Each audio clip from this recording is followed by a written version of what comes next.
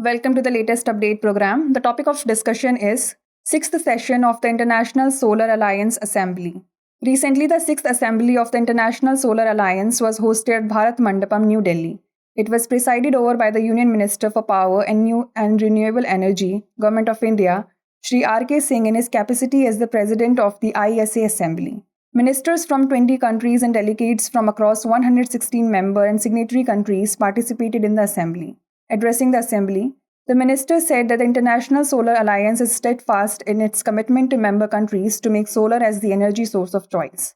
Around 80% of the global population, totalizing a staggering 6 billion people, reside in countries that depend on fossil fuel imports. Renewable energy sources have the potential to supply 65% of the world's total electricity by 2030 and decarbonize 90% of the power sector by 2050.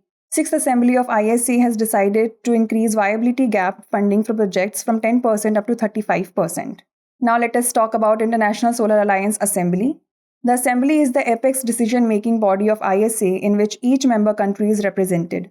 This body makes decisions concerning the implementation of the ISA's framework agreement and coordinated actions to be taken to achieve its objective. The Assembly meets annually at the ministerial level at the ISA's seat. It assesses the aggregate effect of the programs and other activities in terms of deployment of solar energy, performance, reliability, cost, and scale of finance.